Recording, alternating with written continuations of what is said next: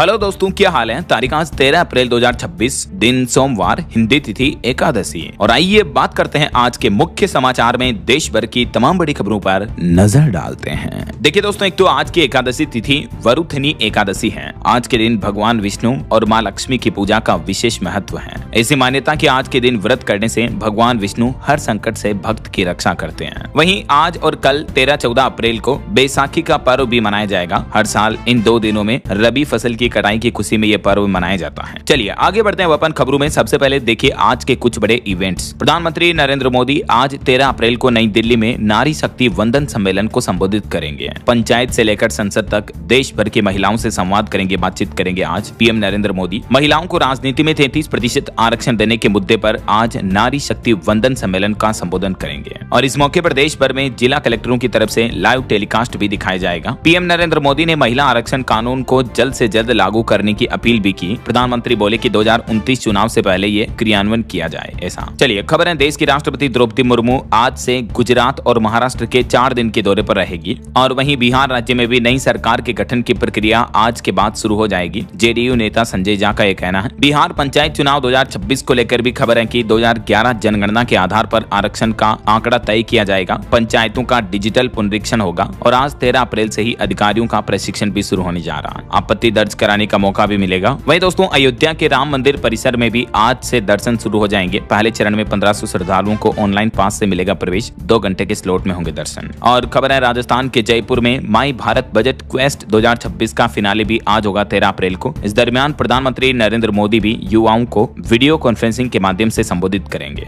और खबर है डीएमआरसी यानी दिल्ली मेट्रो कॉर्पोरेशन लिमिटेड भी मेट्रो यात्रियों को 13 अप्रैल से अगले महीने की 10 तारीख तक ऑनलाइन ग्राहक संतुष्टि सर्वेक्षण आयोजित करेगा। यानी दिल्ली मेट्रो में ग्राहकों को अगर कोई भी दिक्कत है तो आप इस सर्वेक्षण का हिस्सा बन सकते हैं। ऐसा चलिए अगला अपडेट देखिए। उत्तर प्रदेश में टीईटी के खिलाफ आज 13 अप्रैल को यूपी में मसाल जुलूस निकालेंगे सरकारी शिक्षक टीचर। सरकार से पुरानी व्यवस्था बहाल करने की मांग की है। वहीं उत्तर प्रदेश में आज रोजगार मेला भी लगने जा रहा। 200 कंपनियों में 25,000 से भी ज्यादा युवाओं के लिए नौकरी का मौका होगा। 13 अप्रैल को लगेगा वृहद रोजगार मेला, जिसका उद्घाटन खुद मुख्यमंत्री योगी आदित्यनाथ करने जा रहे हैं। यूपी के मुजफ्फरनगर में ये कौशल विकास मिशन के तहत रोजगार मेले का आयोजन होने जा रहा। पहले 9 तारीख को आने वाले थे, लेकिन अब 13 अप्रैल को मुख्यमंत्री का दौरा होगा ये मुजफ्फरनगर का। और यहाँ भी रोजगार मेले में 5,000 से ज्यादा युवाओं को नौकरी का अवसर मिलेगा। 150 कंपनियां शामिल होगी। बाकी अन्य जिलों में भी रोजगार मेले आयोजित किए जाएंगे। मुख्यमंत्री योगी आदित्यनाथ सरकार की तरफ से ये घोषणा की गई है। अच्छा, युवाओं के लिए नौकरी पर एक और अच्छी खबर है। बिहार के गया में भी आज रोजगार मेले का बड़ा मौका होगा। 13 अप्रैल को जॉब कैंप लगेगा। 225 पदों पर बहाली होगी। 17,500 तक सैलरी भी मिलेगी। और मोबाइल फोन लॉन्चिंग पर भी खबर है दोस्तों। Redmi A7 Pro 5G smartphone आज भारत में लॉन्च हो जाएगा। वहीं पंजाब की महिलाओं, माताओं, बहनों को भगवंत मान सरकार आज से बड़ा तोहफा देने जा रही है। 13 अप्रैल से शुरू होगा मामा धिया सत्कार योजना का रजिस्ट्रेशन भी है। इस योजना के तहत महिलाओं को हर महीने 1,000 से 1,500 रुपए दिए जाएंगे। और भारतीय रेलवे ने बड़ा फैसला लिया। 13 अप्रैल से कई रेल गाड़ियां जो है वो नए नंबरों के साथ दौड़ेगी। तो आप रेलवे के नए शेड्यूल को चेक कर लें।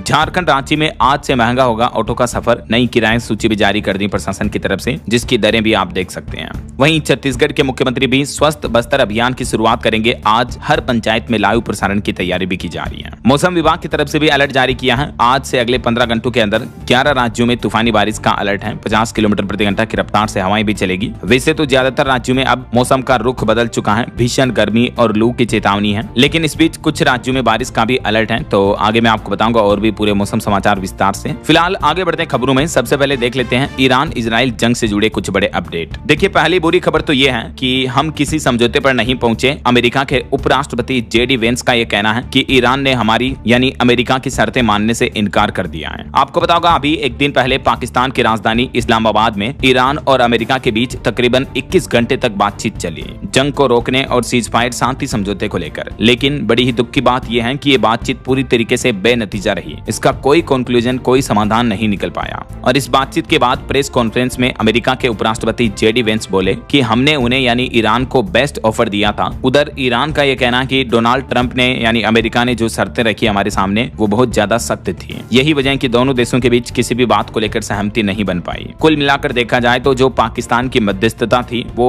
कुछ भी काम नहीं आई। पाकिस्तान में बातचीत उल्टा और बिगड़ गई और अब तो रिपोर्ट आ रही कि ये युद्ध और भयंकर हो सकता है। इधर इस बातचीत के बाद अमेरिका ने कहा कि होर्मुज रूट से गुजरने वाले जहाजों की अब हम नाकाबंदी करेंगे। अमेरिका बोला कि ईरान को अगर टोल दिया तो रास्ता नहीं मिलेगा। उधर ईरान का कहना कि हमें टोल देना ही पड़ेगा। तो होर्मुज रूट पर पर भी अब अमेरिका हक जमाना चाहता है, लेकिन ईरान वहां से टोल टैक्स वसूलना चाहता है। इस बीच एक रिपोर्ट सामने आ रही कि ईरान अमेरिका के बीच जो पाकिस्तान में बातचीत बेनतीजा रही, इसका दबाव आज भारतीय शेयर बाजार पर भी देखने को मिल सकता है। इस शांति वार्तालाप के विफल होने के चलते आज सोमवार को शेयर बाजार में भारी गिरावट देखने को मिल सकती है, तो निवेशक जरा सावधान रहें। हालांकि पिछले सप्ताह सीजफायर की घोषणा के बाद इंडियन स्टॉक मार्केट में अच्छी तेजी देखने को मिली, जिस वजह से भारत की टॉप 10 कंपनियों में से 8 की वैल्यू 4 लाख करोड़ रुपए से भी ज्यादा बढ़ी है। इधर इस बातचीत के विफल होने के बाद अब अमेरिकी राष्ट्रपति डोनाल्ड ट्रंप ने ईरान को खुली चेतावनी दी। ट्रंप ने सोशल मीडिया प्लेटफॉर्म ट्रुथ पर लिखा, यूनाइटेड स्टेट्स नेवी जो दुनिया में सबसे बेहतरीन है। ट्रंप बोले कि नरक में बदल जाएगा ईरान। ट्रंप ने होर्मुज रूट पर नाकाबंदी का भी ऐलान कर दिया। ट्रंप का कहना है कि होर्मुज रूट पर अब हमारा कब्जा होगा। अब यहाँ से किसी भी जहाज को हम हमारी अनुमति के बिना आने जाने नहीं देंगे। इतने दिन तो ईरान यहाँ इस होर्मुज रूट पर जहाजों को रोक रहा था। अब ट्रंप ने कहा कि टोल देकर होर्मुज से गुजरने वाले जहाजों को हम रोकेंगे। ये ईरान अमेरिका के बीच पाकिस्तान में वार्तालाप विफल होने पर अब अमेरिकी राष्ट्रपति डोनाल्ड ट्रंप सीधा सीधा भड़क गए। उन्होंने होर्मुज रूट पर नाकाबंदी करने का ऐलान कर दिया। ट्रंप ने कहा कि ईरान ने पहले होर्मुज खोलने का वादा किया था जब सीजफायर का समझौता हुआ तो, लेकिन जानबूझकर उसने समझौता तोड़ा, जिससे दुनिया भर में आर्थिक अस्थिरता और संकट की स्थिति पैदा हो गई है। तो यह कदम अंतर्राष्ट्रीय ऊर्जा आपूर्ति के लिए एक बड़ा खतरा बन चुका है। यही वजह है कि होर्मुज पर अब हमारा कब्जा रहेगा, हमारी नाकाबंदी रहेगी ऐसा। और इस बीच अगली बड़ी खबर आ रही है कि पाकिस्तान को भी 46,500 करोड़ की मदद देंगे सऊदी और कतर, और इन पैसों से यूएई का 29,000 करोड़ का जो कर्ज है पाकिस्तान पर लोन है वो चुकाएगा, क्योंकि अभी पाकिस्तान के पास इन पैसों को लौटाने के लिए सिर्फ 11 दिन ही बचे हैं। तो अब सऊदी और कतर पाकिस्तान को मदद कर सकते हैं, ये भी मीडिया रिपोर्ट्स आ रही है ऐसा। और एक रिपोर्ट ये भी सामने आ रही है कि अमेरिका और ईरान के बीच भले ही बातचीत नहीं बनी है, लेकिन स्ट्रेट ऑफ होर्मुज से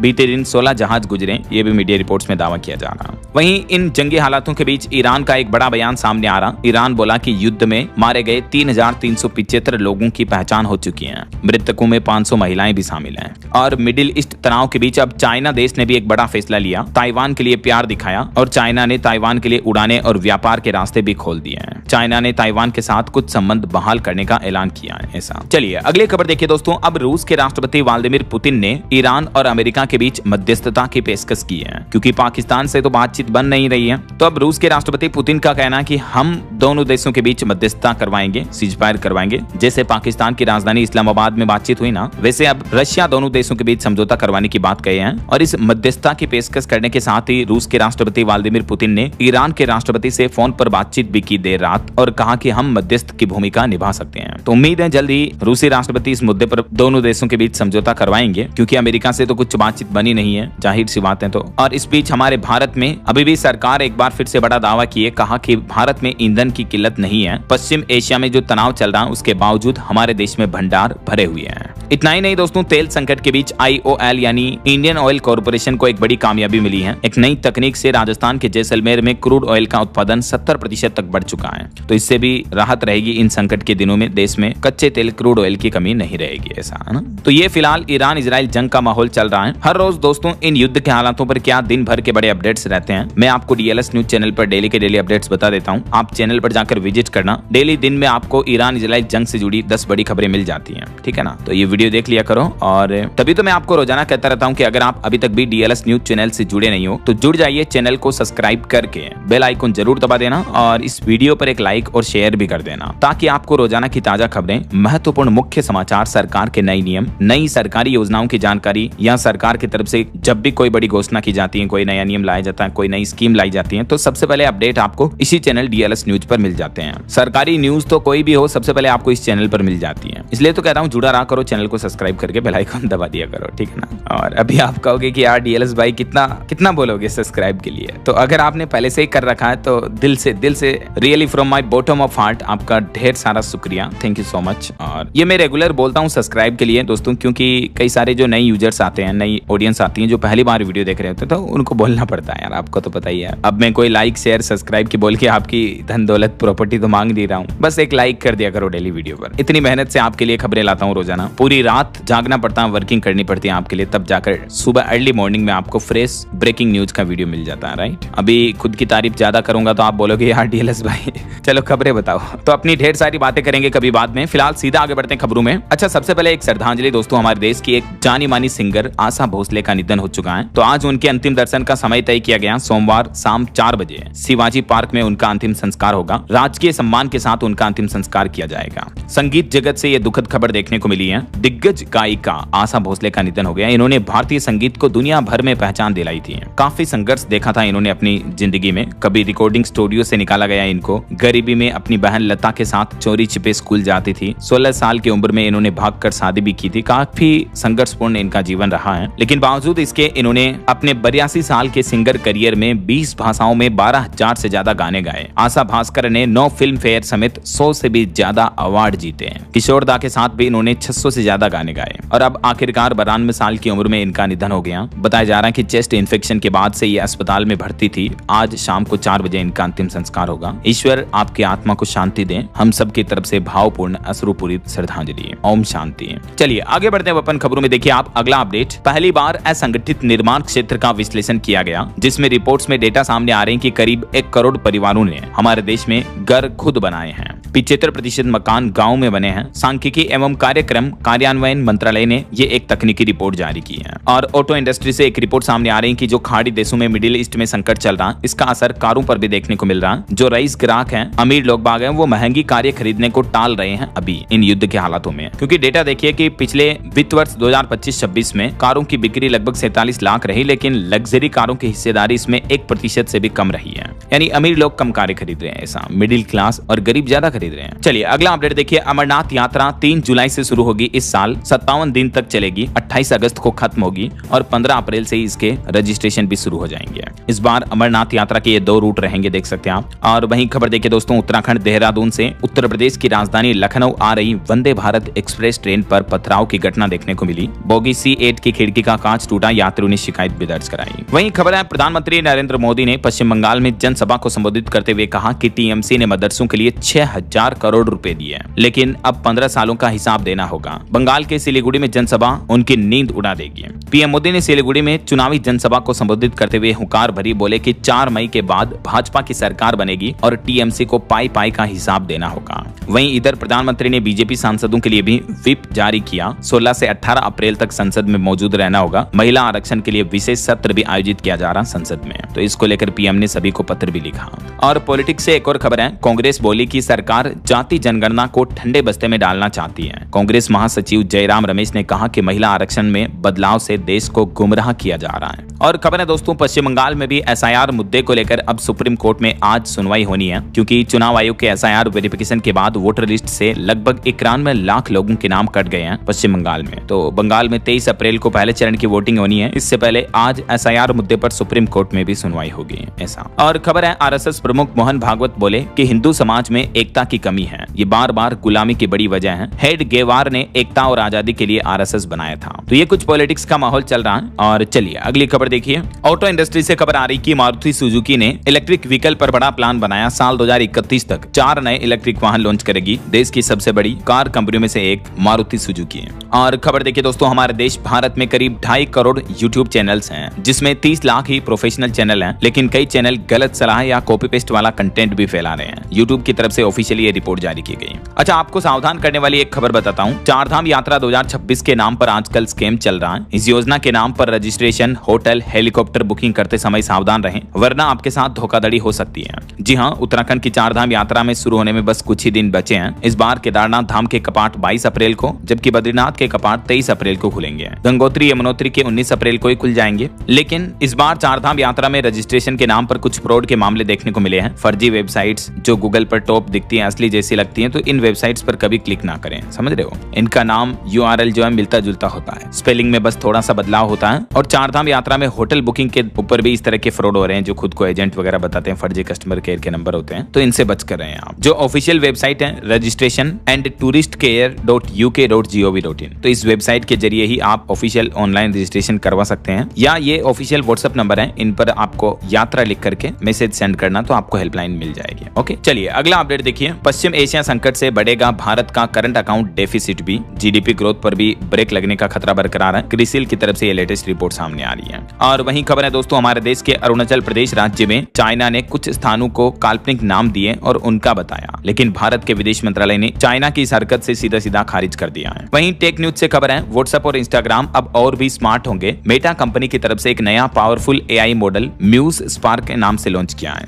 और हाईकोर्ट के कुछ बड़े फैसले देखिए। राजस्थान हाईकोर्ट ने कहा कि मौलिक अधिकारों का हनन है किसी का हुक्का पानी बंद करना। हाई कोर्ट ने खाप पंचायतों के फैसलों को असंवैधानिक बताया और खाप पंचायतों द्वारा सुनाए जाने वाले फैसलों को गैर कानूनी बताते हुए ये महत्वपूर्ण टिप्पणी भी की है। और दिल्ली हाई कोर्ट का भी एक बड़ा फैसला देखिए कि पिता के नाम के बिना भी एक नाबालिग बेटी का पासपोर्ट जारी होगा। एक केस पर सुनवाई करते हुए हाई कोर्ट ने यह फैसला सुनाया जिसमें बेटी का उस पिता से कोई संबंध नहीं रखना चाहती तो जरूरी नहीं कि पासपोर्ट में उसके पिता का नाम हो तभी पासपोर्ट बनेगा। ऐसा हाई कोर्ट ने कहा कि बिना पिता के नाम भी नाबालिग बेटी का पासपोर्ट जारी किया जाएगा।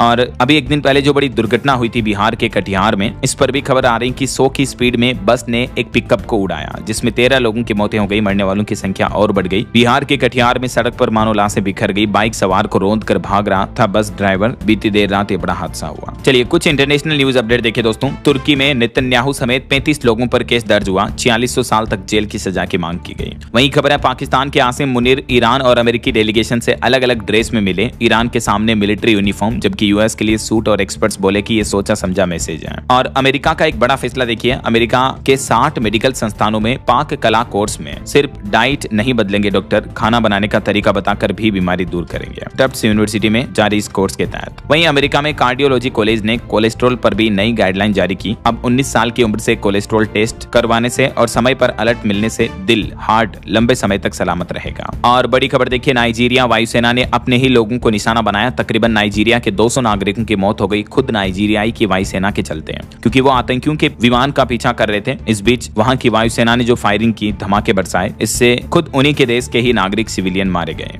और इन युद्ध के हालातों के बीच हमारे देश के रक्षा मंत्री राजनाथ सिंह बोले कि अमेरिका ईरान युद्ध एक दुनिया के लिए बड़ा संकट है, लेकिन भारत में दिक्कतों के बावजूद भी नहीं बढ़ेगी पेट्रोल और गैस की कीमतें। तो ये सरकार की तरफ से एक बार फिर से देशवासियों के लिए राहत भरा बयान जारी किया गया। बहरहाल अभी तो अपन कुछ और महत्वपूर्ण और काम की खबरें देखेंगे दोस्तों, लेकिन फिलहाल वक्त तो चला है आज के ताजा मौसम समाचार जानने का। अच्छा, सब्सक्राइब वगैरह की तो आज मैंने आपको पहले ही बोल दिया, तो अभी वापस नहीं बोलूंगा, सीधा आगे बढ़ते हैं मौसम अपडेट में। तो देखिए दोस्तों, अब मौसम विभाग की चेतावनी है कि चिलचिलाती गर्मी आने वाली है, जिसका सबसे पहले असर राजस्थान में दिखेगा। मौसम विभाग ने यह भी सलाह दी है कि दोपहर के समय घर से बाहर ना निकलें और गर्मियों में खूब पानी पिएं, क्योंकि देश के उत्तरी भारत के राज्यों और मध्य भारत में खास करके तेजी से तापमान अब बढ़ने वाला है। देखिए, राजस्थान, मध्य प्रदेश, उत्तर प्रदेश समेत देश के 16 से भी ज्यादा राज्यों में आज से ही अब गर्मी बढ़ेगी। हालांकि हिमाचल, मनाली वगैरह में बर्फबारी चल रही है, लेकिन राजस्थान में तो तापमान बढ़ने लगे हैं। अब बारिश का दौर खत्म हुआ। जयपुर, कोटा, उदयपुर में गर्मी बढ़ी। बाड़मेर जो कि रेगिस्तानी इलाकों में आता है, इसका तापमान तो 39 डिग्री सेल्सियस से ऊपर दर्ज हुआ। अगले 3-4 दिन में राजस्थान में गर्मी और तेज होगी।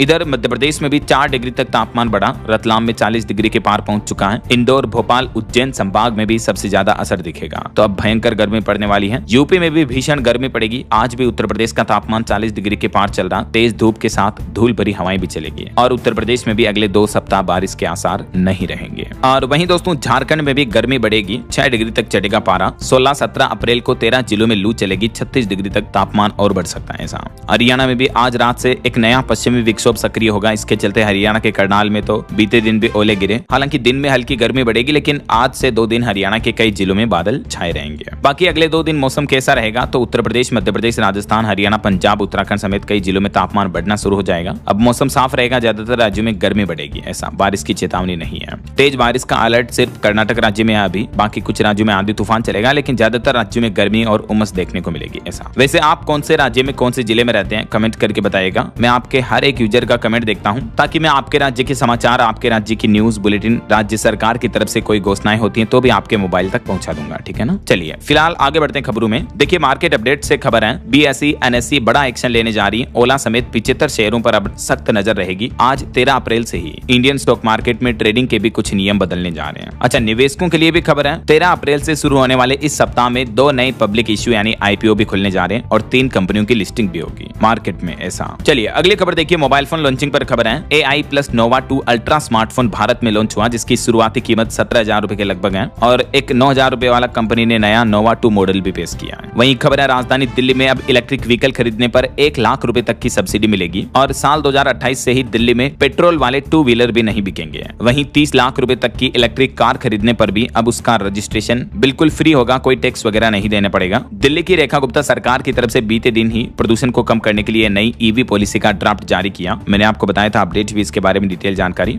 आखिर दिल्ली सरकार ये EV पॉलिसी क्यों ला रही है, देख सकते हैं आप। और इस EV पॉलिसी में राजधानी वासियों को और क्या क्या बेनिफिट दिए जाएंगे, इस बारे में भी ज्यादा जानकारी आप स्क्रीन पर देख सकते हैं। इसमें आपको 2 व्हीलर, ऑटो वगैरह पर भी अच्छी खासी बचत देखने को मिलेगी। सरकार सरकारी गाड़ियां और स्कूल बसें भी इन इलेक्ट्रिक व्हीकल की पॉलिसी में शामिल होगी। तो दिल्ली सरकार ने 30 दिन तक इस नई पॉलिसी पर सुझाव भी मांगे हैं आम लोगों के। आप चाहें तो इस पर अपने सजेशन सुझाव दे सकते हैं इस ईमेल पर। ओके, चलिए अगला अपडेट देखिए। डीजल पर भी केंद्र सरकार ने एक्सपोर्ट ड्यूटी को 34 रुपए बढ़ा दिया। अब 55.5 रुपए प्रति लीटर टैक्स लगेगा। जेट फ्यूल का एक्सपोर्ट भी 42 रुपए महंगा कर दिया है। हालांकि देश में अभी पेट्रोल डीजल के दाम स्थिर हैं, लेकिन क्योंकि दुनिया में जंग की वजह से जो पेट्रोल डीजल क्राइसिस देखने को मिल सकता है, इस बीच एक्सपोर्ट रोकने के लिए केंद्र सरकार ने यह बड़ा फैसला लिया। चलिए अगला अपडेट देखिए। उत्तर प्रदेश में पंचायत चुनाव को लेकर तीसरी बार बढ़ी मतदाता सूची के प्रकाशन की तिथि। अब 22 अप्रैल को आएगी लिस्ट। और घर खरीदारों के लिए बड़ी राहत की खबर आ रही है। एनसीएलटी के इस नियम से सबसे बड़ी चिंता दूर हो गई है। एनसीएलटी का मतलब national company law appellate tribunal की तरफ से है। होम बायर्स यानी घर खरीदारों को यह बड़ी राहत दी है और ट्रिब्यूनल ने यह साफ कर दिया कि अगर कोई बिल्डर बीच में दिवालिया भी हो जाए तो भी कानूनी कार्रवाई सिर्फ उसी प्रोजेक्ट पर होगी जिसमें गड़बड़ी हुई है। यानी बिल्डर के अन्य प्रोजेक्ट्स पर आंच नहीं आएगी और बाकी खरीदारों की कमाई पूरी तरह सुरक्षित रहेगी। तो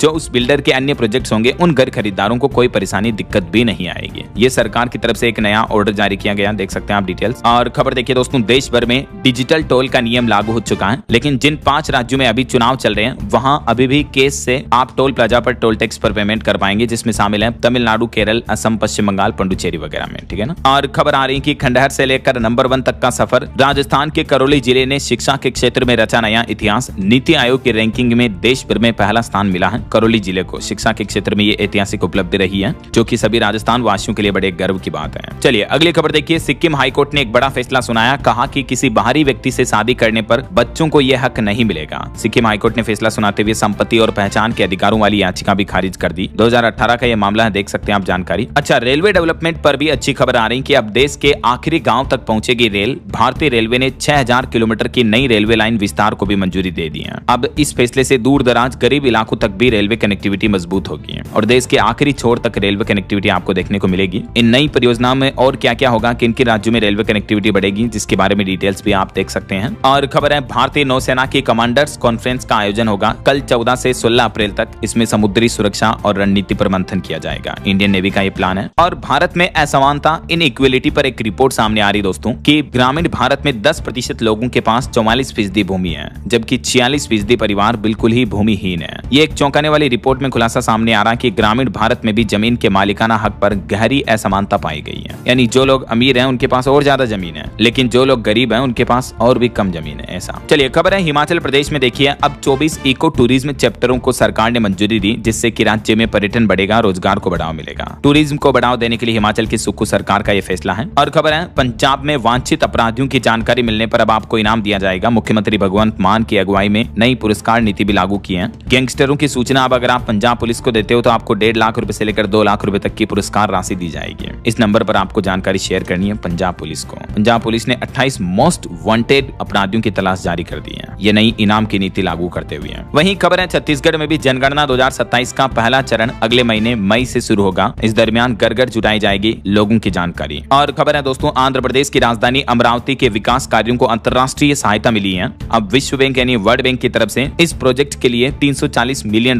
का बजट जारी किया है। इसी महीने अप्रैल में निवेश से रफ्तार और बढ़ेगी। ऐसा। चलिए अगला अपडेट देखिए। अब प्रधानमंत्री किसान सम्मान निधि योजना के लिए फार्मर रजिस्ट्री अनिवार्य होगी। उत्तर प्रदेश में खतौनी और आधार की गलतियों को सुधारने के भी निर्देश दिए कई जिला प्रशासन की तरफ से। और यूपी के कुछ और अपडेट देखिए दोस्तों। उत्तर प्रदेश में एयरपोर्ट जैसी सुविधाओं से लेस होंगे अब यूपी के 49 बस स्टेशन यानी रोडवेज बस स्टैंड को भी अब आधुनिक बनाया जाएगा। यूपी की योगी सरकार पीपीपी मॉडल पर बनाएगी world class terminal. Public private partnership model पर उत्तर प्रदेश के बस स्टैंड को डेवलप किया जाएगा। ये प्लान है सीएम योगी सरकार का। और वहीं देखिए ग्रेटर नोएडा में भी 24 औद्योगिक भूखंडों की नई योजना लॉन्च हुई है, जिसमें आप अगले महीने 12 मई तक निवेश कर पाएंगे। रोजगार के भी मौके खुलेंगे और निवेशकों के लिए भी ये खास मौका होगा। और उत्तर प्रदेश में स्मार्ट प्रीपेड मीटर को लेकर जो प्रदेश भर में लोगों का विरोध देखने को मिल रहा है, तो उपभोक्ताओं के आक्रोश पर अब ऊर्जा मंत्री ने भी अहम बैठक बुलाई है आज 13 अप्रैल को। देखते हैं इस बैठक के बाद क्या डिसीजन लिया जाता है, निर्णय लिया जाता है। जो भी अपडेट आएगा मैं आपको बता दूंगा। वहीं खबर है उत्तर प्रदेश में सरकारी शिक्षकों को भी अब केसलेस चिकित्सा यानी इलाज की सुविधा मिलेगी। शिक्षा मित्रों का मानदेय जो हाल ही में 18,000 बढ़ाया गया, इस पर आगरा में बोले डिप्टी सीएम केशव प्रसाद मौर्य भी। और खबर है यूपी अयोध्या में अब 7D से प्रदर्शित होगी हनुमान कथा। आईआईटी चेन्नई के इंजीनियरों ने एक खास तकनीक तैयार की है, जिससे आपको जैसे 3D टेक्नोलॉजी होती है ना, वैसे 7D टेक्नोलॉजी में हनुमान गाथा देखने को मिलेगी। ऐसा है ना। चलिए अगला अपडेट देखिए। भारत के लिए कुछ खबरी है। ब्रिटेन के साथ अगले महीने लागू होगा फ्री ट्रेड एग्रीमेंट। युद्ध के हालातों के बीच भारत की जीडीपी ग्रोथ रेट और इंटरनेशनल अलायंस पर यह अच्छी खबर आई है। इस ट्रेड एग्रीमेंट के बाद 99% एक्सपोर्ट पर 0 शुल्क लगेगा। ये Bharat Britain FTA free trade agreement के बाद। वहीं खबर है बिहार के खिलाड़ियों को भी बड़ी सौगात मिलने वाली है। स्पोर्ट्स साइंस सेंटर का निर्माण होगा, स्टेडियम में लगेगी अंतर्राष्ट्रीय स्तर की घास भी है। 10 से 15 करोड़ की लागत से बिहार में यहाँ यह नया स्टेडियम बनाया जा रहा है। वही देखिए बिहार की राजधानी पटना में 15,000 करोड़ का 150 किलोमीटर रिंग रोड भी बनाया जाएगा। एक्सेस कंट्रोल से हादसों पर ब्रेक लगेगा, मंत्री की तरफ से इसकी खासियत भी बताई गई। और खबर है दोस्तों उड़ीसा के केंदुझर में मुख्यमंत्री मोहन चरण मांझी ने बड़ा ऐलान किया, खनन धातु विज्ञान के क्षेत्र में स्थापित होगा उत्कृष्टता का केंद्र भी है। और उड़ीसा में पंचायत चुनाव के लिए आरक्षण की प्रक्रिया भी शुरू हो चुकी है। 29 अप्रैल तक जारी होगी अंतिम सूची भी। और उत्तराखंड के केदारनाथ हेली टिकट बुकिंग अब 15 अप्रैल से शुरू होगी। IRCTC के पोर्टल या वेब ऐप के माध्यम से आप रजिस्ट्रेशन कर सकते हैं। ओके, और खेल समाचार पर खबर देखिए, मुंबई लगातार तीसरा IPL मैच हारी, बंगलुरु ने 18 रन से हराया। सोल्ट, कोहली और पाटीदार की 50 भी देखने को मिली है। वहीं दोस्तों IPL मैच में गिल ने कोहली का भी रिकॉर्ड तोड़ दिया। 4000 IPL रन बनाने वाले यंगेस्ट इंडियन प्लेयर बन चुके हैं ये। Many congrats. चलिए कुछ और स्टेट न्यूज अपडेट देख लेते हैं फटाफट से। देखिए इसी महीने अप्रैल से जुलाई तक चलेगी 11 समर स्पेशल ट्रेनें। महाराष्ट्र, बिहार, साउथ जाने वाले यात्रियों को राहत मिलेगी। 20 से ज्यादा बड़े स्टेशनों पर स्टॉपेज भी रहेगा। छत्तीसगढ़ से ये ट्रेनें चलेगी, रेलवे की तरफ से फैसला लिया गया है। और खबर है कि बिहार में अगला मुख्यमंत्री कौन होगा, इस बात का ऐलान केंद्रीय मंत्री शिवराज सिंह चौहान करेंगे। 14 अप्रैल को कल नीतीश कैबिनेट की आखिरी मीटिंग होनी है और इसी दिन मुख्यमंत्री अपने पद से इस्तीफा भी दे सकते हैं। और बिहार में बिजली बिल के आधार पर होगा संपत्तियों का सर्वे भी। ऑनलाइन सेल्फ असेसमेंट की प्रक्रिया शुरू हुई। 30 जून तक प्रॉपर्टी टैक्स जमा करने पर 5% तक की छूट भी दी जाएगी। वहीं खबर है हिमाचल प्रदेश में मछलियों के लिए MSP तय हुआ। 100 रुपए प्रति किलोग्राम का रेट तय हुआ। तालाबों की रॉयल्टी घटाकर मात्र 1% की जाएगी। हिमाचल की सुक्कू सरकार की तरफ से मछुआरों को यह बड़ी राहत दी गई है। और खबर है दोस्तों हिमाचल प्रदेश विश्वविद्यालय के खिलाफ प्रदर्शन करेंगे स्टूडेंट। SFI ने दिया अल्टीमेटम, पूरे प्रदेश में होगा आंदोलन। 25% तक की पाठ्यक्रम फीस बढ़ोतरी को वापस लेने की मांग की है स्टूडेंट ने। वहीं देखिए उत्तराखंड राज्य में देश का पहला वेरिएबल स्पीड PSP प्लांट तैयार हुआ। प्रधानमंत्री नरेंद्र मोदी कल 14 अप्रैल को टिहरी से 1000 मेगावाट के पावर प्लांट की सौगात भी देंगे। और PM मोदी उत्तराखंड में भी रिस्पना बिंदाल एलिवेटेड रोड का शिलान्यास करेंगे। 6200 करोड़ रुपए से तैयार होगी परियोजना। 30 मिनट का सफर 12 मिनट में पूरा हो पाएगा। तो प्रधानमंत्री जो कल 14 अप्रैल को उत्तराखंड दौरे पर आ रहे हैं, इस दरमियान कई नई योजनाओं का लोकार्पण करेंगे, है ना।